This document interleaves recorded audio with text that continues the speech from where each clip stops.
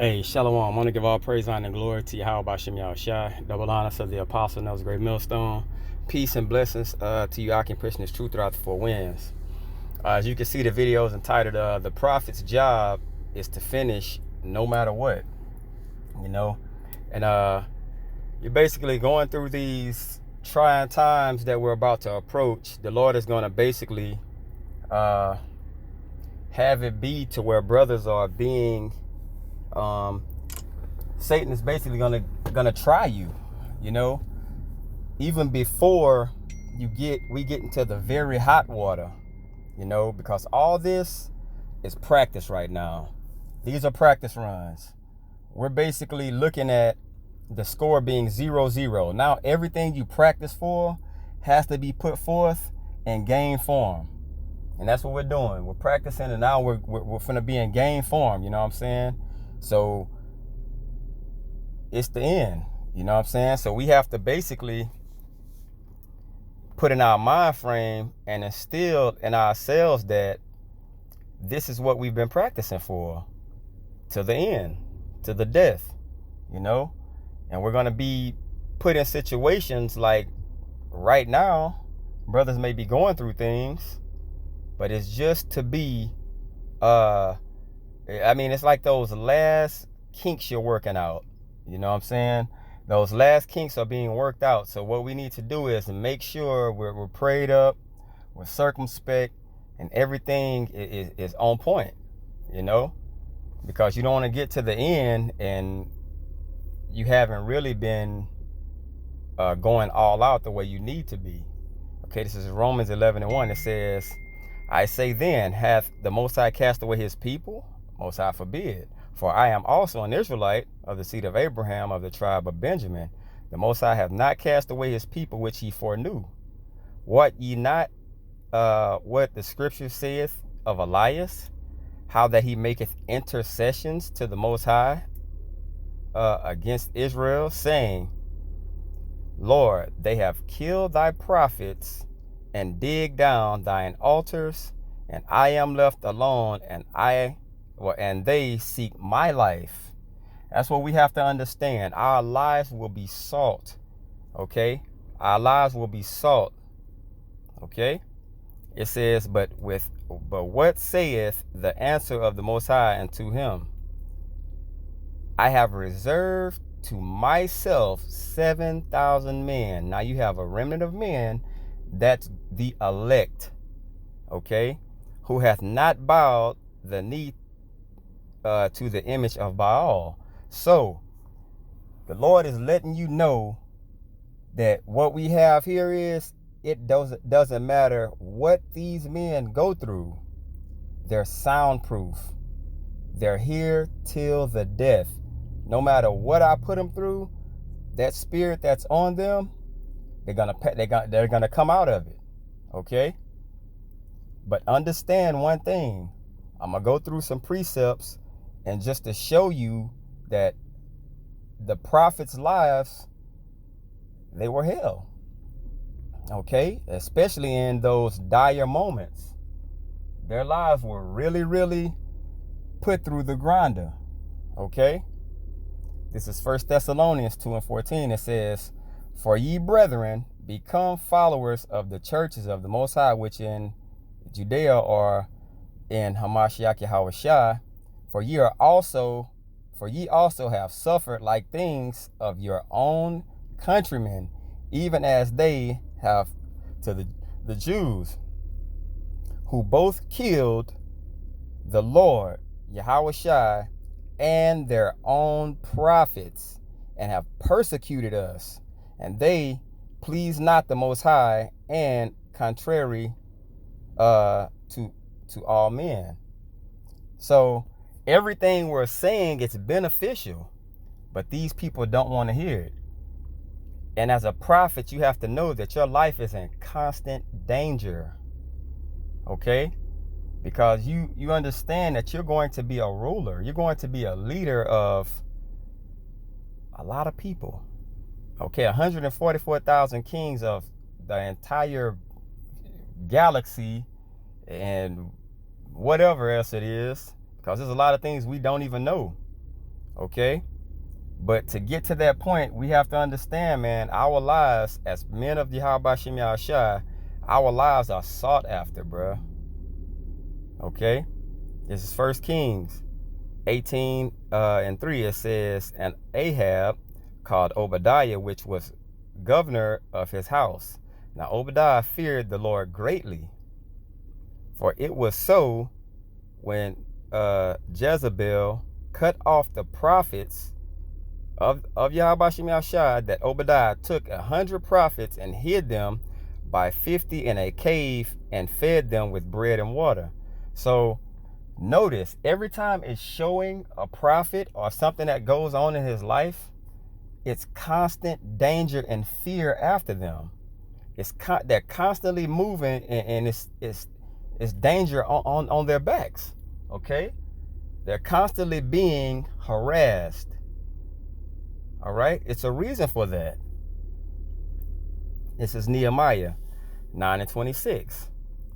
It says, nevertheless, they were disobedient and rebelled against thee, and cast thy law behind their backs, and slew thy prophets which testified against them to turn them to thee, and they wrought great provocations. So the men, and that's even today, you'll go on the highways and hedges, you'll bring forth the truth of what's really going on, and you'll get cursed out. You'll get told all kinds of things, but that's what happens to prophets. Okay? That's what's basically set up as your life. That's your life as a prophet. You're always going to be on the run, in hiding, because people are seeking after you. All right? If someone knows that they're about to take a fall, and you take away comfort from people, like you take away the comfort of people in this society by telling them they have to keep certain laws, statutes, and commandments. You're not supposed to eat this. You're not supposed to do this. They don't like that because it takes them out of their comfort zone. And then they're going to ask you, who are you to say that we have to do these things? And then Esau, what he can do is whip up some kind of propaganda and say, these guys are liars, yada, yada, yada. And Jake is going to follow that. Now you have a lot of people hating you. But this is what a prophet's life is about. Okay? This is what happens to the prophets. It happens to all of them. It happened to all of them. Okay? Jeremiah 11 and 20, it says, but O Yahweh of hosts, that judgest righteously, that triest the reins and the heart, let me see thy vengeance on them. For unto thee have I revealed my cause. Therefore, thus saith Yahweh of the men of Anathoth that seek thy life, saying, prophesy not in the name of Yahweh, that thou die not by our hand. You see that? When you start telling people the truth about what's going on, your life is in jeopardy. Now look at Jeremiah. His life was in jeopardy. They told him, don't start coming around here talking about that stuff, man. We don't want to hear it. Okay? It says, therefore, thus saith the Lord of hosts, behold, I will punish them. The young men shall die by the sword, their sons and their daughters shall die by famine, and there shall be no remnant of them, for I will bring evil upon the men of Anathoth, even the year of their visitation. We know the Lord is going to get us out of these situations. We understand that we're going to be saved, but it's going to be people after us, man. It always has happened that way to the prophets. All right? Some of them and a lot of them were put to death. So you have to have in your mind, you got to be serious about this thing. Okay? You have to be serious about this thing. This is not a game to be played. You calling yourself a man of Yahweh Shem Yahweh Shai, you have to act like it, and live like it. Okay? This is Jeremiah 38, and I'm going to jump around. It started at 4. It says, therefore the princes said unto the king, we beseech thee, let this man be put to death. For thus he weakeneth the hands of the men of war that remain in this city, and the hands of all the people, in speaking such words unto them. For this man seeketh not the welfare of this people, but the hurt. Okay? But the hurt. So when he was being a prophet and telling them everything that was right, look at what they did. They turned it around and said, this man is basically going against what you're saying. All right? It says, then took they Jeremiah and cast him into the dungeon of Malchiah, the son of Hamelech, that was in the court of the prison. And they let down Jeremiah on cords in the dungeon. There was no water but mire. So Jeremiah sunk in the mire. So he's basically buried in mud. They let him down in a dungeon. He's just buried in mud. Okay, now this is a prophet's life, man. This is a prophet's life. You're not going to just march into the kingdom without a major thing coming. All right? So Zedekiah, the king, swears secretly unto Jeremiah, saying, as Yahweh Shem Yahweh liveth, that made us this soul, I will not put thee to death, neither will I give thee unto the hand of these men that seek thy life. The Lord always has us, but a prophet will always go through things that lead to death. He will always go forth through things that leads to death. Okay? Your mind and everything about you, your whole aura, everything about you has to basically be in tune with Yahweh Shem Yahweh. Okay? All of it. All of it has to be. If it's not, what you're basically doing is you're setting yourself up for failure. Okay? It says, the next verse. This is Jonah. This is a prophet. Okay? It says, now the word of the Lord came unto Jonah, the son of Amittai, saying, arise, go to Nineveh, that great city, and cry against it, for their wickedness is come up before me. But Jonah rose up to flee into Tarshish from the presence of the Lord, and went down to Joppa, and he found a ship going to Tarshish. So he paid the fare thereof, and went down into it to go with them unto Tarshish from the presence of the Lord. So he tried to run. This shows you that he knew. He knew that this life and living, trying to basically put forth himself into living righteous, he knew that the Lord like, oh, okay, let me run. He's thinking, let me get out of here, because I know that this life and living this lifestyle and being a man of the Lord, they hate you. They're coming for you, okay? And that's just what it is.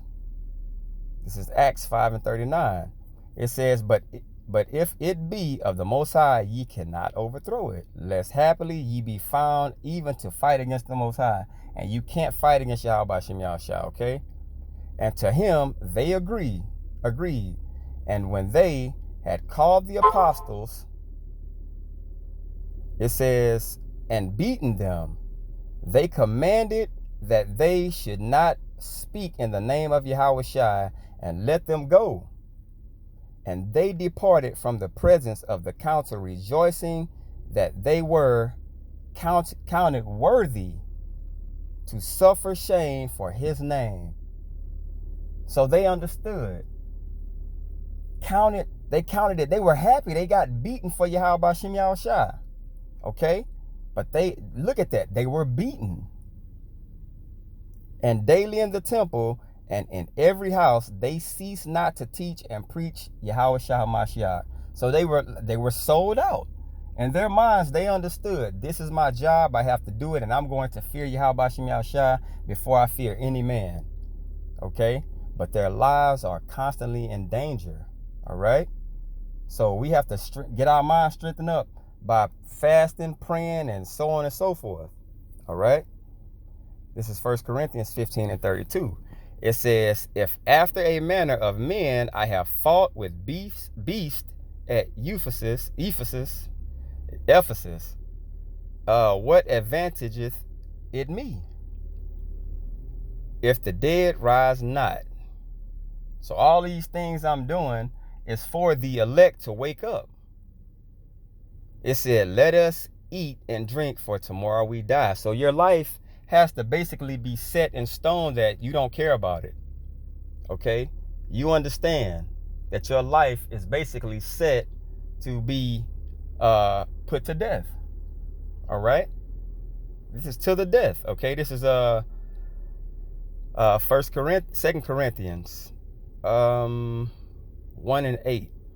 It says, for we would not, brethren, have you ignorant of your trouble which came to us in Asia, that we were pressed out of measure, above strength, and so much that we despaired even our life. Okay, we despaired our life. But we had the sentence of death in ourselves. We are ready to die for this. Okay? We are ready to die for this. That we should not trust in ourselves, but in the Most High, which raiseth the dead. So we're not going to trust in what we see. We're going to trust in Yahweh Bashim Yahushua. Okay? And I was supposed to add one more scripture. I'm going to just read it. Okay. This is Psalms 116. And I didn't put it in here. This is Psalms 116.